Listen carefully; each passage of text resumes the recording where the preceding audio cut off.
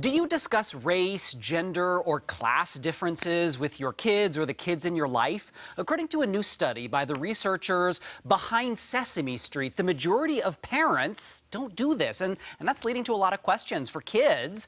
And you know, things like, why does a person who have different color skin than I do, or why is that person wearing a head covering, you know, that I've never seen before, which can make some adults feel uncomfortable, but should it? So look, we're going to talk about this morning. Joining us this morning is Dr. Kristin from Kaiser Permanente. In addition to practicing family medicine, she's also the Director of Diversity and Inclusion. Thank you very much for being here. Oh, you're so welcome. Happy to be here. This topic is so important to me, and I think a lot of people have these questions. So why is this such a difficult topic for parents to discuss? This is such an important topic, too. Difficult, but important. I think many parents actually feel somewhat equipped to talk about this, but unfortunately, they enter those conversations only after some negative incident, right? So their child overhearing or having a negative comment directed toward them. And so the stakes feel high under those circumstances. I think many parents could do well to have these conversations before those negative comments happen. And make it more natural. Exactly. There are so many opportunities to just share with your children what you're noticing or observing, and that helps to demonstrate and model skill in talking about differences. Why do you think it's so important that we do talk about race and socioeconomic status, you know, sexual minorities, those kinds of things with our kids? Oh, again, the stakes are really high, right? We want all of our children to have a strong identity, a very strong sense of self.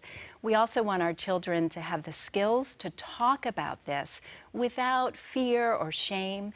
And we also want our children and all of us to have really healthy, deep respect for other people and empathy for others. So I think those are the primary reasons why we need to be talking about this. I mean, it feels incredibly important as an adult, Yes. and preparing your kids to grow up with that kind of mindset feels important to me as a parent. Very important. I mean, the last thing we want is for our children to internalize messages that really defeat their sense of self or cause confusion or shame or fear.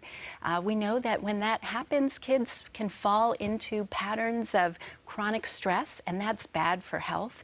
It also can put children at a disadvantage when they're trying to achieve or advance themselves. So it's really important that we do all we can as parents to talk about these things in a positive way and build skill. So how early, how young of kids should we start this? And then kind of how does a parent do it if they do feel uncomfortable?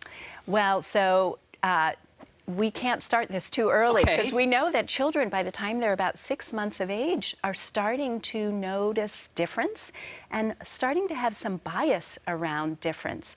So we should be talking about differences from the get-go, from the beginning.